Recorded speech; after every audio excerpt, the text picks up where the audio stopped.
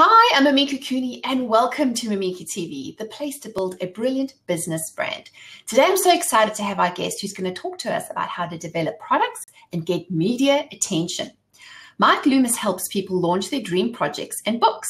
Since starting and selling two businesses, he's a strategic partner to best-selling authors, nonprofits, publishers, as well as startups and aspiring messages. He's going to share with us today exactly how to do that, to create the products and get that much coveted media attention. So welcome, Mike. Welcome to Mimika TV. So excited to have you here. Oh, me too, Mimika, and welcome to all our joiners.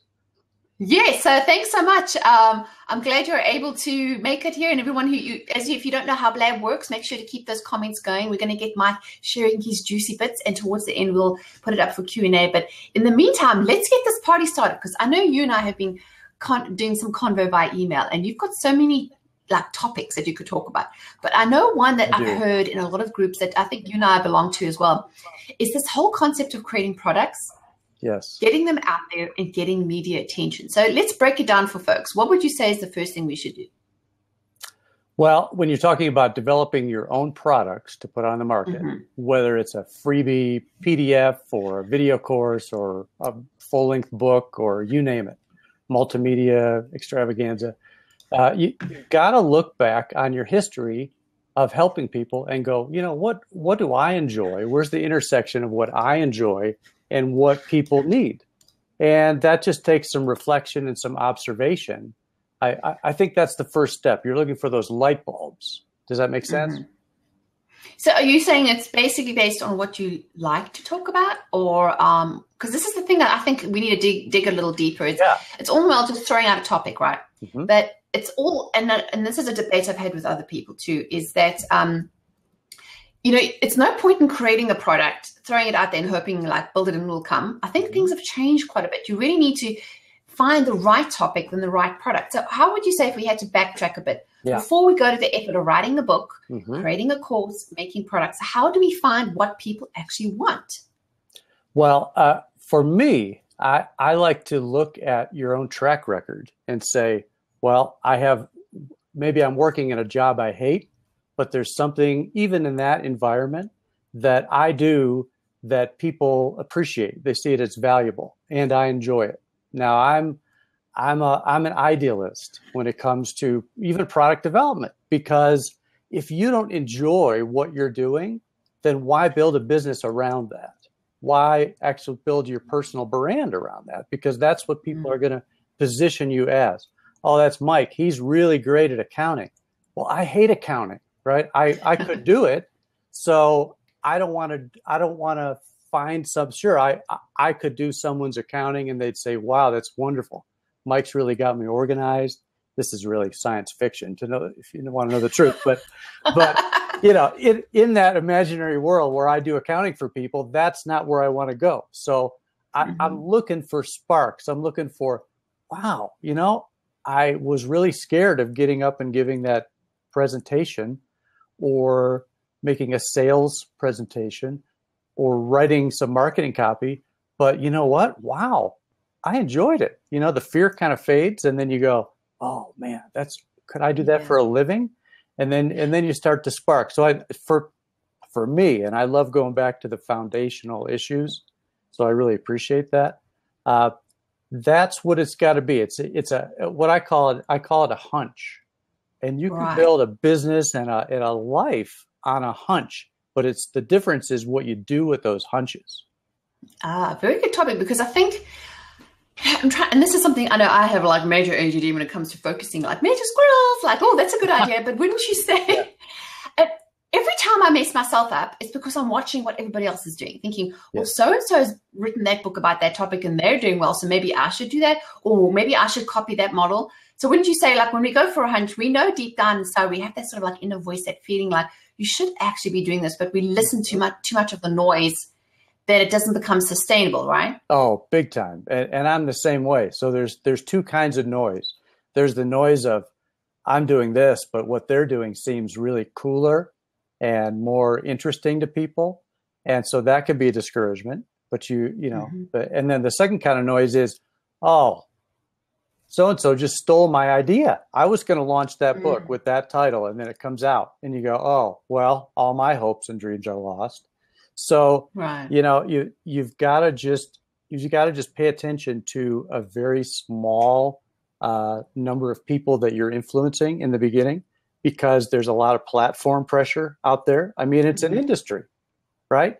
So you've got to develop, this is easier said than done, but you've got to develop a focus on the 2 or 3 people in your world before you worry about getting a New York Times bestseller. There's always a connection there, but it is a challenge. I'll grant you that. So it's kind of like digging in, like say, for me, I like to teach courses, and I'm known as the video expert, and I love to talk about branding. I know you and I could have a whole other conversation about that, but it is, and this is what I found in my own journey, and I'm sure you would agree that you can't just slap together something and decide you want to sell it. It really does come back to the foundation of having the core foundation of your brand and your business and your idea, whether it's a book and a course. And I've done this way too many times. Launch something and think, oh, that's fabulous, everyone's going to love it, and then it's crickets. Like, how many of you would agree have been in that situation, right? Or you launch a book and crickets, nobody wants to buy it. So, I mean, what would you say for someone, if you were working with an entrepreneur now who has an idea for a course, what would you do to help them break down, okay, this is how you're going to start the sort of skeleton and work it on there before we even go and become a bestseller, or a hugely popular? What would you say would be the first things we can do to actually get that content laid out? Yeah, absolutely. And I work with a lot of authors on this too. I start from the imaginary end and try to work backwards. So if I was talking to you as an author, Mimika, I'd say, okay, Mimika, this book you want to write, picture the reader. They close the book. Wow, that was a great book. What feelings do you hope they have at that moment? What new information and tools, skill sets, worldview shifts do they now have that they didn't have before they read your book? Does that make sense?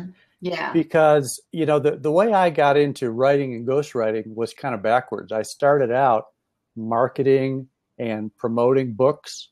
So I got into the marketing copy, and, that's that famous back cover copy or Amazon copy that will make the purchase decision many times, especially for unknown authors or breakout brands.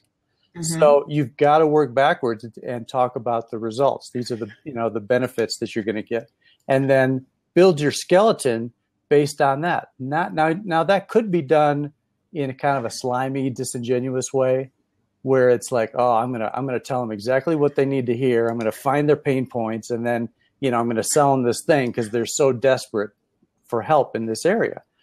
But I believe wholeheartedly that if you work backwards, thinking this is how much I can help someone, and this will help you also think about scope. I can't take you from A to Z in my course or my book, but if I can take you to A to E, then that's a win. And I'm going to do that amazingly well. I'm going to have a home run getting you from A to E. And, we'll worry about F to Z in the next book or the next course, or maybe the next person does a better job at handling that. So in other words, instead of trying to give like the whole thing, and I know I have to agree with them, like ding, ding, ding, ding. A lot of the courses were almost like information overload, like because we know something or we want to get it out there, and because I talk so fast, I don't want to tell you everything I want to do in 2 seconds. Not everybody can absorb it. So would you say, not that it's dumbing it down, but kind of breaking it down into more segmentable, biteable chunks? Absolutely. Absolutely. What's the first big win you can give somebody? And to where they stop and they take a breath and they go, wow, I'm different, or my website's different, or my social media presence is different. And that is a measurable win for somebody. That's enough. Now, maybe your book is one win, and maybe it's a 10,000 word book. Maybe your book is 12 wins, a win in every chapter, or your video course, or et cetera, et cetera. Just be okay with that, as long as you and others see the value in it. You score a win. That's the goal. Right, that's a good point. So it's almost like I know with courses I've done before where it feels too overwhelming, or if I've read a book and it seems like, oh, the print's too small or it's too many pages, but almost like that feeling of writing a book where the chapters are actually shorter. Maybe there's more chapters, but because they're broken down psychologically, we feel like we're getting ahead as opposed to here's, pages and pages and pages. And it's like, reminds me of school, right? Those textbook, like, oh, got to get through all of that. Absolutely.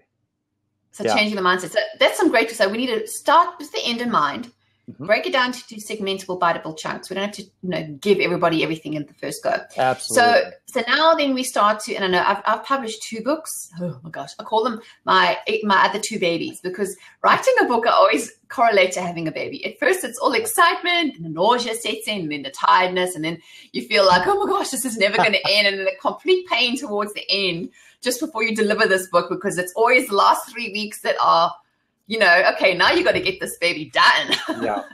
And then it's all a euphoria as soon as the baby's out there, and it's like, yeah, I did it. And then soon you forget how much pain it was, and you do it again. That's right. So anyways, we're not talking about babies. We're talking about books and writing content. Your word for it on that parallel. Yes. And I have 3 real life babies, which are, 16, 14, and 5. And believe me, I've already forgotten about those days. But it kind of creates that sort of like semblance of this huge elephant. But, and I look at it, what drama I caused for my poor husband, all the months of angst of thinking about what to do. But then eventually, once I had the framework, it seems so much easier, right? So kind of plug in the holes. Is that kind of the approach you would help someone? Absolutely. You used the word skeleton earlier, framework. It doesn't, a lot of authors think they lock themselves in a cabin and just type. But I believe with nonfiction, which is the genre I work in, it can be strategic and very intentional and purpose built almost. Can right. that doesn't mean you can't share your heart, pour your guts out, but you're doing it because you love the reader and you want the reader to have the best experience that they can possibly have. And that means, hey, be thoughtful, be considerate. Yeah. And the same thing applies to a freebie PDF or a video course or a multimedia curriculum, you name it. Right. So it's always thinking of the end in mind and also the reader, which ties back again with the whole brand. Like if you know who you're aiming at, who your client is, it makes everything else so much easier. Like if you're writing a business book, there's no point in you trying to make, the children's editor happy of a magazine, because it's just like wrong fit, right? Yep. So let's move it on a little bit. So, okay, so we got the framework. We have an idea for our course, our book, or whatever it is that we want to launch. Thank you, Whitney. She's giving us some props there. So make sure to keep Whitney. sharing. I appreciate that. So what would you say would be the next step? Okay, so we're working on getting this out there. Do you advise people to pre-sell before it's actually launched? Or do you, I know courses and books are slightly different. You have to kind of finish the book. But like going into our next thing, which is what I want to talk about, is getting media attention. Mm-hmm. Would you say you have to have the whole book finished before you propose it to editors, or no? How does that work? No, I don't think so, because again, I'm always kind of testing hunches. I believe this is the best product in the world, but I'm willing to be enlightened along the way by feedback, focus group type feedback. So, when I have as a literary agent, I'm very niche literary agent. When I'm talking to publishers, a lot of times the lead time is 1.5 years. Believe it or not, people don't realize that. And so we're talking about marketing hooks before there's even a cover design, before the manuscript's even done, because we're already thinking, how are we going to tell people about why they should buy this book? What's our story? What's our hook? So I think it's really important. And I don't know, there's probably you and everyone else watching are probably geniuses and they get it right the first time. But me, and I can write copy, and the next day I'm going, who broke into my computer and wrote that junk, right? So it takes a while for it to develop, and so the premise of whatever book, course, you name it, has got to be tested, and then you've got to test the marketing hook of it, and then try it. We get to do that now. Especially digital. It's like like with Absolutely. ebooks and all that, you can kind of put it out there. And I've done that several times with a lot of the courses, and even some of the books I've written is made the cover and try to pre-sell it. In actual fact, I'm doing that right now with the course. I'm trying to see, is this what people want? But Whitney has a very good question, and I know a lot of other people will have the same question, is how important is a platform or following first when you launch your first book? In other words, do we have the idea for the book and then find the audience, or do we find the audience and then write the book? Wow, can we just ignore that question because it's too difficult? Is it? I know, but we need to have it answered because I need to know this too. Because you see a lot of people out there, right? You know, they build an audience and then they build what the audience wants. But if you kind of don't know who your audience is, or you know, it's kind of a chicken or the egg, right? It totally is. And I work with a lot of authors who've never written a book. I mean, if you hang around me long enough, I'm going to talk you into writing a book. That's just the way it is. So, and I promise I would never write another one until I got money on the table. That was just right. You're a veteran, so this doesn't apply to you. But a lot of people just go book, but their life or their coaching or their speaking or their professional practice that they're doing, they write a book every day. All they need to do is capture what they're doing that's helping people, and put that into a form that can reach, instead of one person, it can reach 1,000 people. So, but I'm not ignoring the platform question. It's difficult, and I've worked with authors who have zero. They don't even have a Twitter account, and we try to build it up, And so we do it from scratch, and so it is important. But I think you have to remember that to go from 1 to 12, and 12 is a great number if you want to build a following. Then you can go from 12 to 144. So you have to get your mindset. You know what? I forget 1,000 if I have 12. You want to keep delivering value to the 12 until those people, if all those 12 people tell 12 people, well, then you're into. I can't even do the math then. In a week. So now there are some things once you're confident, and I think this is the big challenge for people in that position. Because let's face it, if you have 1 million Facebook followers, 100,000 people on your email list, you're not riveted to this conversation, right? But if you have less than that, this is when it's important. The main obstacle to growth, in my opinion, is that lack of self-confidence.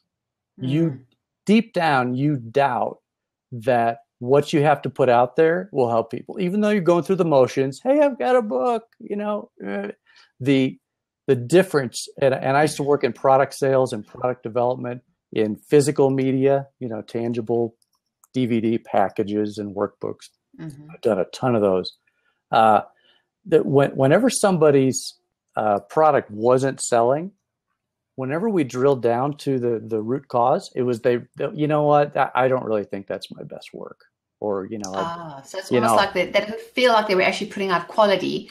So they really didn't believe in their own product, right? Deep down. So I'm not saying that's the case for everybody, but I think that's if you're going to put your name on something with a price tag on it, you've got to really make sure that you believe it. You really should believe that it's worth 10 times what you're selling it for. You go, I can't believe no one would spend $500 for this. It will change your life. What's that worth? Right? Yeah. It's, it gets into a little bit of what's called value pricing, which I'm sure you're familiar with. So yes, definitely better than, like all the other cost models. But I mean, Whitney makes very good, she says, that she's also chicken. And I see this before me. As I said, I certainly don't have a huge following, but and this is something I've learned as well as, getting the first 1,000 YouTube followers, Facebook followers, Twitter account is the hardest, but then it kind of grows and snowballs and what's the word again? I've totally lost my train of thought. It kind of accumulates, right? It's like a snowball effect. It's harder to get the first 1,000 it is to get the next 10,000. It is. Weird, I know. But it's kind of like, success follows success. But let's take it down to that moment, and I'm sure, Whitney, you would agree with me. We have that conversation in our head. Those two little people in our mind that are going, I so want to do this. And you're like, seriously, honey, like, what are you thinking? Like, who's going to want to buy that junk? Like, don't you know you can go YouTube it and get it for free? Like, who's going to want to pay you? Right. Huh? So how do we get out of that? Well, this might be the great segue into media attention. Yes, please. Ooh, let's because share. because if you had your book featured in some industry magazine, all of a sudden you look different. Your product smells different. It's shinier. It sparkles more than it did when it was you just saying, "Hey, anybody care about my book?" So Entrepreneur magazine or whatever your industry, if they're starting to pay attention to you, and you can control a lot of that, and we'll talk about that. But let's work backwards, because you're a foundation first kind of person. In order for media to think of you, to recognize you as a thought leader, somebody who's credible, somebody they should embrace, they're going to associate both their brands together with you. You've got to make sure your online presence, your website, your social media, your photography. Gosh, you're an amazing photographer, Mimika. If you need a photographer, talk to her. That's so huge, because you know how it works. Image is important. It is. I know it's fickle to say, but we do. We judge people like the little icons on their faces, like even on Twitter and blab. Like, if profile photo catches my attention, I'll look further. If not, then just pass on by, right? Well, yeah, and imagine the editor or the producer, TV, radio, magazines, online. They've got stacks of things, emails coming in. They have to make a snap judgment about you in about 10 seconds. Legit poser, delete, poser, delete. Wait, how have we not heard what of are they doing before? What's that? Well, I got it, and I'm sure everybody will agree with me. For those who've recently joined us, Darren and Mike, Lamont, Steve, we are talking about how to get media attention. And I'm just going to reiterate, we started with whether you're doing a course or a book, you need a foundation and just need to know the end in mind. Like, what is your goal? And break it down so you can then know how to position yourself. So we're moving into that next stage of, okay, you have a book, you have a course, you want to put it out there. We want to get media attention. Now, what I really want to know, and I know this has been even hard for myself, is I still feel like I haven't arrived. I still feel like I have to claw my way through this. And I think people would agree, this glass ceiling between us and them. What is it that makes the editor go, ooh, I need to listen to her, as opposed to just pass on by, right? Is there a secret sauce, or are we just delusional? Well, and I think this speaks to Whitney's question about all the subpar, shall we say, stuff out there from sometimes some people who are very well known, right? So it goes back to that you have the gatekeepers to media, Huffington Post, or you name it. And it's let's be honest. Again, these are busy people, and why stick your neck out publishing an article by Mike Loomis, when, man, I can just approve everything that, famous person, insert name, just sends me, and whether they phone it in or not. Okay. So the key is to get yourself, there is a little bit of clawing, to get there. And we should come back and talk about that.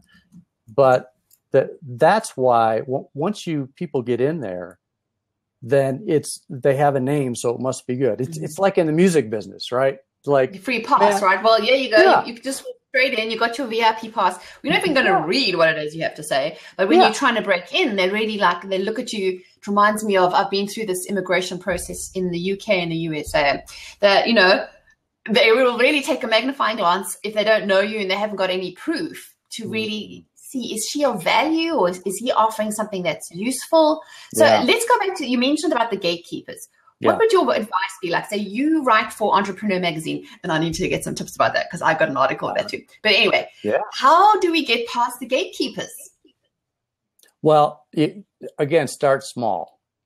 There's smaller, if you go from, I've had no media exposure, and you try to reach for the stars, I mean, do it. It takes the same, energy to write an email to a giant website as it does to a little blog over in, Timbuktu.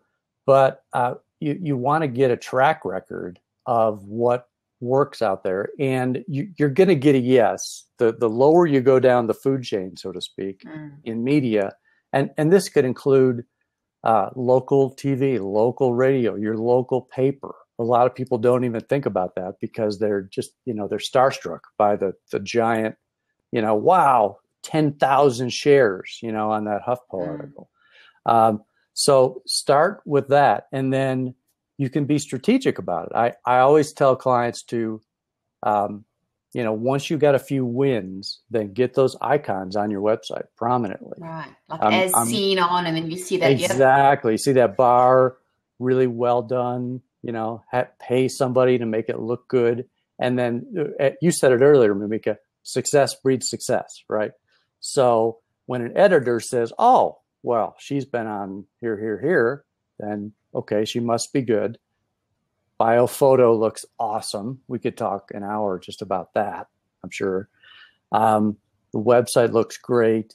This great writing, it's succinct, it's punchy, it's on the short end of the word count if it's text, or with video becoming more and more popular, you send somebody a 15-minute video, they're not going to publish it. I mean, they've told me that at Entrepreneur. They're just, if you can't say it in 3 or 4 minutes, or even 2, then just, don't bother. They're not even going to watch your video. So you've got to put yourself in the shoes of that gatekeeper, that they're bombarded with requests, and you've got to make it easy for them to say yes. That means you have your act together on your byline. It's a great byline. Your photo's great. Your article's great. It's in the format that they want it to be in. I mean, there's a little. They make them go digging around on your website, right? Yeah, exactly. I mean, if they ask for it to be in the body of the email, the guest post submission or whatever, and you attach it in a Pages document, or a whatever, or a PDF, delete. It doesn't matter. You could have changed the world with that blog post. Well, it's not going to be published there because you didn't follow the rules. So that's really some basics. Kind of do some research. They have like most of these websites, and I know I've actually got a document of all the different types of rules, like their submission guidelines. Like Huffington Post, I think it's something like 700 to maximum 1,000 words. Where Entrepreneur, I don't know, you say they want something longer maybe. But even like as an interviewer myself, what annoys me is when someone wants to pitch me for the show, but they say, well, I might have some like bio photo. Email it to me, send it in the email. Don't make me go digging around in your website. Your bio, like I have a text document on my desktop that every time I submit to a podcast to be interviewed, I copy and paste. It's the same format. Little things like that. If you can make it easy for people just to have one click to download, or having the same consistency, it's so much more professional and it gets you through the door. Absolutely. Just that bio could be the make or break situation. And again, it comes down to people self-sabotaging because their bio reads like, the biggest constructive criticism that I give new brands that I work with, especially authors, is that, you look like a hobbyist. Ouch, ouch, ouch, ouch. But, tough love, right? Is this thing a hobby, or is this your thing? So why not, why doesn't your bio read like this is your thing? So, right. and then to tie all this together, to go back to your book or your course or your whatever experience, your event, your thing you want people to pay money for. So make sure that the little drips and appetizers, your entree, that's expensive. It's worth 10 times what you're charging for it. But appetizers are free, right? So you're handing out appetizers to the media. So people, again, they position you as an expert in that field because they've seen you on the media. And then you're giving them tastes of what you're offering. So if I'm doing a course on entrepreneurship, but I might, I love fishing, which I do love fishing. So if I submit articles on fishing, that's not going to help my business selling courses about entrepreneurship. So make sure they're very disciplined and tightly related and intentional. Intentionality is not a bad word. You're not trying to manipulate people. You're trying to make it easy for somebody to understand what you do. And if you don't even know to where you can't articulate it, how is anyone else going to get that light bulb? Oh, Mimika, she's a branding, visual, video guru. Boom. Got that. But even with that, that's another question. It's like getting down to one thing. Like for me, I've always had this problem, like, what do I want to be known as? What is my tagline, you know? What do you think in terms of like when you position yourself that way, like say, my problem is I do the video and the marketing and the branding. Do you go with one, or do you create your own, like when you say you're proposing this idea to Entrepreneur Magazine, you want to write about, you know, the new video, even though I talk about branding, is that something that you would say with each particular blog post or submission is only based on one thing? Well, I think if you've got a launch that you're planning, there should be a cohesiveness to it, so people don't get confused. Well, last week she was talking about this. Now she's talking about this. Who is this person? Because that comes down to positioning, which you're, I'm sure, an expert in. But for those watching, positioning means, gee, I need an expert in marriage counseling. Okay, who comes to mind? Bing, somebody comes to mind. I need an expert in photography. Bing, somebody comes to mind. They occupy that position in your mind. So your job as a new brand is to make it super clear what or to use your word, what's your superpower, right? So what's your superpower? Well, then tell people what your superpower is over and over and over and over, using words, images, and actions. And everything builds that position as your superpower. And then it goes to the media. So when somebody introduces you in the media as this, you know, they don't know. When people don't realize, especially in TV and radio, how little prep happens, even on national programs.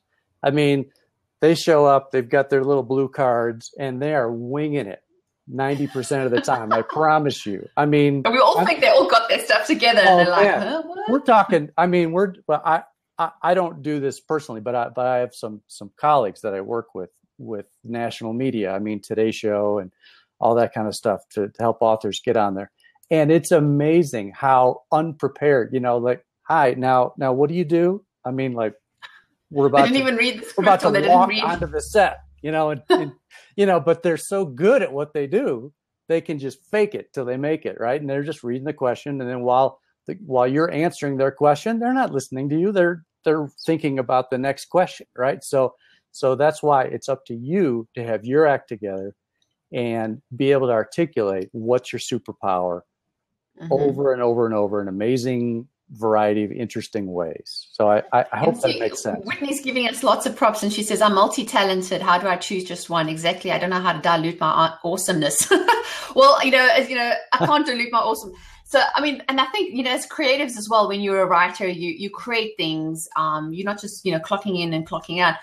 There is definitely a stage where you're kind of not sure. I don't think it's a bad thing, would you say, Mike, to kind of test things, just try something first and see what happens? Yes, absolutely. You should. So find the, I suppose when it comes to our topic today, to launch a thing, a product, find something that, you know, there's a certain scope of curriculum, if you will, for a video course or for a book that is almost so big and would take so much work that you're shooting yourself in the foot by even having it on your to-do list. So, you know, if that needs to go off into the someday shelf. So what can you do?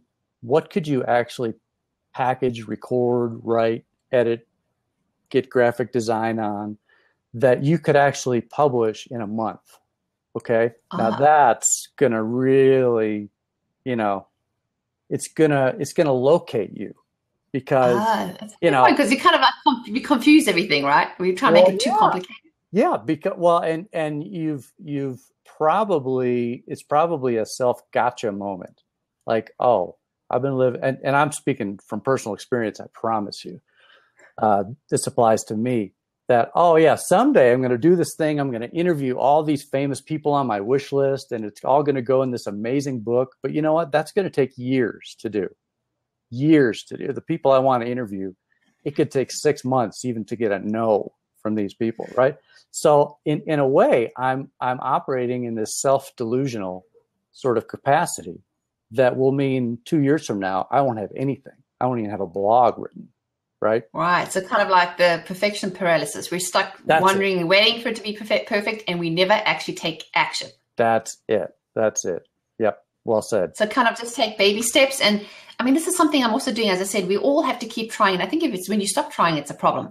So I mean, Whitney says, I'm on my head so much more than out there in my content. Yes. Like you're asking questions like, how long should a blog post be? It should be as long as it needs to be. I mean, really, like what's the topic? Like, I don't know how many blog posts I've written that are still in draft mode that I think, oh, this is a fabulous idea. And then I'm like, maybe it's not really what I should be writing about, depending on my mood. But it's at least taste it. But at the same time, it's like what Seth Godin says, just ship it, put it out there. Absolutely. And just get it out there. And the worst they could say is no, right? The next time you submit again with a different headline and a different idea. Yeah, absolutely. And there's a term that I don't think I invented, but I use it, and it's called shock statements. And I encourage clients to pay attention to things they say in the course of their work that relates to the book or the course they want to do, that just explode people's minds. And to you, it's something you say every day, or maybe you just got inspired in the moment and you said that to them and it just rocked their world. So pay attention to that, because that can go from a just kind of a casual statement from people as an answer to a question, to a tweet, to a Facebook post, to a meme, to a blog, to a chapter, to a course. And it's all built on those little, again, hunches or things that work for people. If I've never done something that produced value that might be measured in terms of even dollars, then I probably shouldn't build a course on it or write a book about it. But, and that doesn't mean you have to be a famous thought leader influencer about something. It means you could be a farmer and you figured out a way to double your potato crop, So, man, what's that worth to somebody? That helps your confidence. Yeah. Exactly. Well, especially the right person, wouldn't you say? Like if you're aiming it at the right person, I think, and you would agree with me as well with the whole branding side, is we often get so hung up on trying to please everybody. We end up pleasing nobody because we just come across as washy. And so kind of like pick something, see how it works. And I mean, as I said, this is something I'm talking from experience is recent as last week. I had to make a shift in some of the stuff that I'm doing because I was putting stuff out there, getting feelers, and things weren't resonating. So I've had to tweak and try something else. And sometimes I've realized it's maybe the right product, but it's the wrong audience. I agree with that. So that is also another thing to think of. So what would you say so we've mentioned writing blog posts. How would we get media attention for other types of media? So like you said TV, people getting interviews on TV. I'm excited to know that too. You National should be television. a regular morning, feature on the local state. I'm not even kidding, But so it's you have to start local. Now, if you are just terrible on video, you can fix that if you have you can watch yourself on your laptop. I didn't know. And you have a great coach like me. I do video coaching, so just come and look me up. With her. So, I mean, look how much better she looks on camera and her set than me. I mean, obviously she knows what she's doing. So, but yeah, so go local. Now maybe you want to go. Here's an example of how my mind works when I go on a strategy for somebody. Okay. Get a few guest posts on who cares, doesn't matter. It's a guest post. Okay. Somebody liked your blog. Okay. Win. Then, this assumes you have some idea of what your superpower is, and you're going after it intentionally. You got the blinders on, your focus, I'm not going to go squirrel, fishing, potatoes, all those kind of things, And then you're going to go, you know what? I'm going to Whoops. propose a little helpful thing for the local newspaper, or something print that's very localized. And again, let me give some good news to our audience, is that these people are desperate for good content. Oh my God, it's their job to find good content. They're so happy if somebody will bring them something well written that's helpful, that they can just say yes to. And that's the key. So get a little print thing, because you're building your strategy for your pitch. So then, okay, you got some things going there. Some people are liking your writing out there.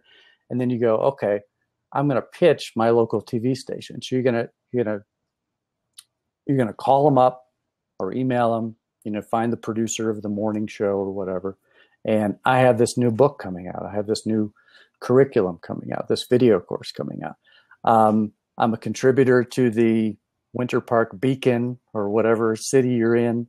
And, I have a column there, or I've been these kinds of things. And here's a little video of me that I've done, so you see what I look like on camera. And I have this great article, or I have this great topic that I think it applies to the busy holiday season we're coming up, or a new year, new you. So it's up to, with media, it's all about what's relevant now. And so if a contributor connects the dots and they say, I have this great thing, it's about politics or whatever. That was one of my contributions to Entrepreneur. It kind of talked about it brought together kind of some things that were important to me about branding with politics, and so they ran with it. Now they've done other ones too, but that one got 10 times the views because they really promoted it, because it had something to do with current stuff that was going on. So what's going on in your community? How does your book or course or your brand, your business model relate to what's going on in the news cycle or in your community, and those kinds of things? And have somebody look over these pitches so you don't self-sabotage again. That's a recurring theme, I guess, with me, is to make sure that you're not making it, you want to make it easy for them to say yes, not easy for them to say no. And that's where most brands fail, in my opinion.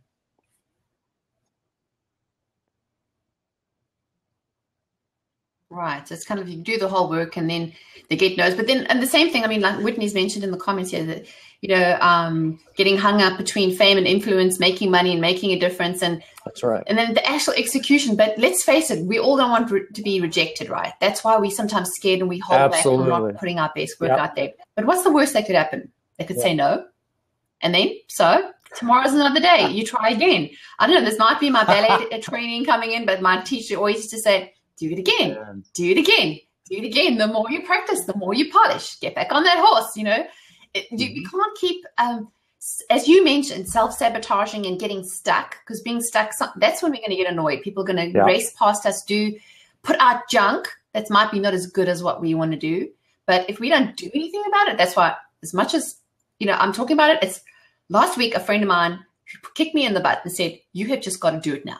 Stop messing around. Stop thinking about it. Right. Just do it. And I was like, absolutely. And I do do mix in that mindset with my coaching with a little bit of hard truth. Like, let's not email Ariana Huffington every day because you're going to get blocked. So that's why it's the start small and build up. Get some wins, get some confidence. You're going to learn so much, and you're going to meet people. Some of these editors or producers are going to be awesome people with a few extra minutes to kind of put their arm around you and say, hey, you know what? We like what you're doing, but these are issues for us.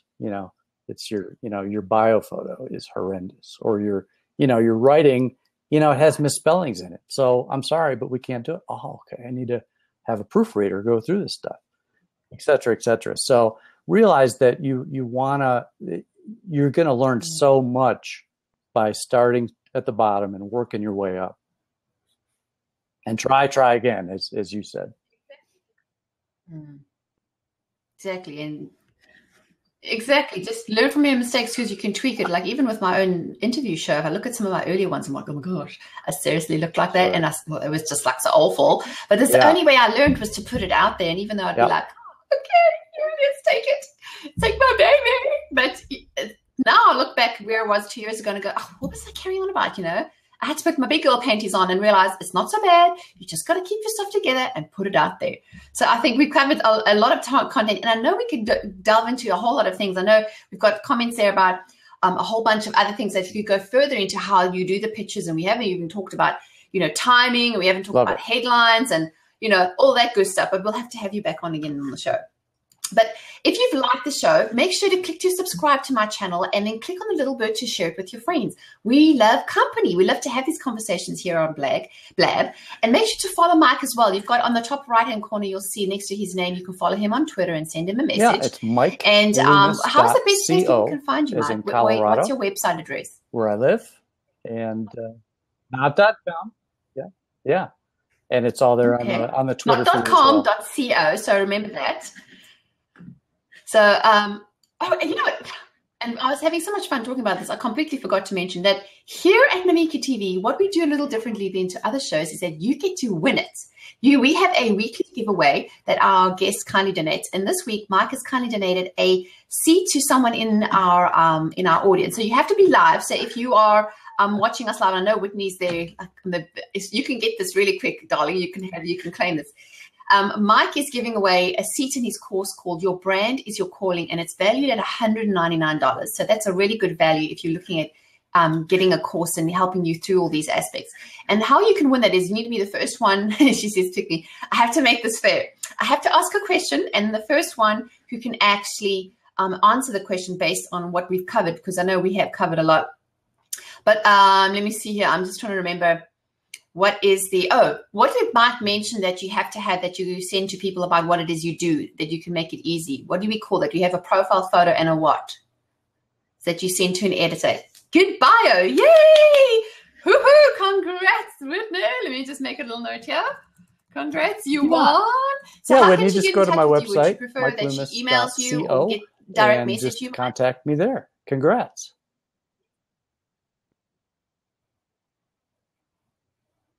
Yes, congratulations. I'm excited to see how you develop on there. Woohoo! That's why it pays to pay attention here at Mimika TV, because when you're on live, you get part of the conversation, you get great goodies, and this happens with every one of my shows. So make sure to tell your friends and help them to join the party. So if we had to nail it down, and I know we've gone way over time, but that's cool. It's been great fun. If we had to nail it down to one takeaway tip, if you could wrap it up in a minute or less, tell us, Mike, what would the one thing you want people to remember you by? We have.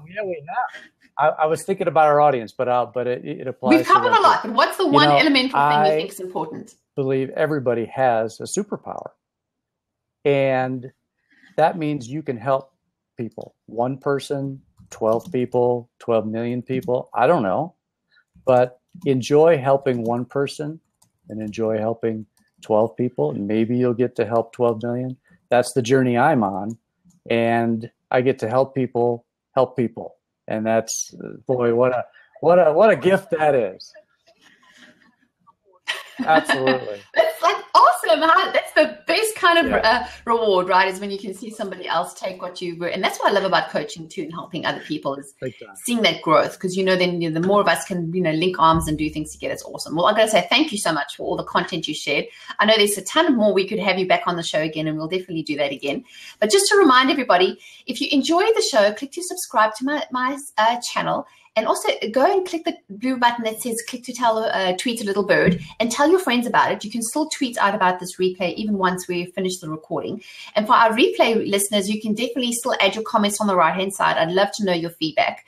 And I always love to share with my audience. And right now, you guys are the first ones to know about my own shit. So I know I talk a lot about branding, but really what I want to own is, as you mentioned, you didn't even know this about me, is that I really have most of my experience in video.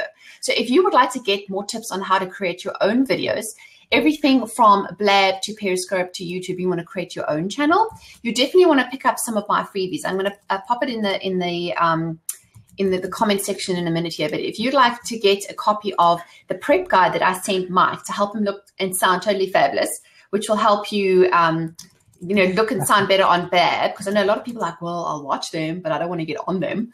Go ahead and grab that, and then you'll get on my email list, and I'll be sending you some more great goodies that I only share with my newsletter community. And make sure to add your comments. Go to my blog, mimikacooney.com/blog, and we'll have this replay on indefinitely, so you can go back and listen again. And as a last thing, I always like to leave my show with a bit of a pep talk, is you need to believe in yourself. You are worth it. You can do what you love and build a brilliant business brand. So thanks again, Mike. Thanks for our audience for listening. Thanks, Whitney, for being fast fingers today on the comments. It always pays.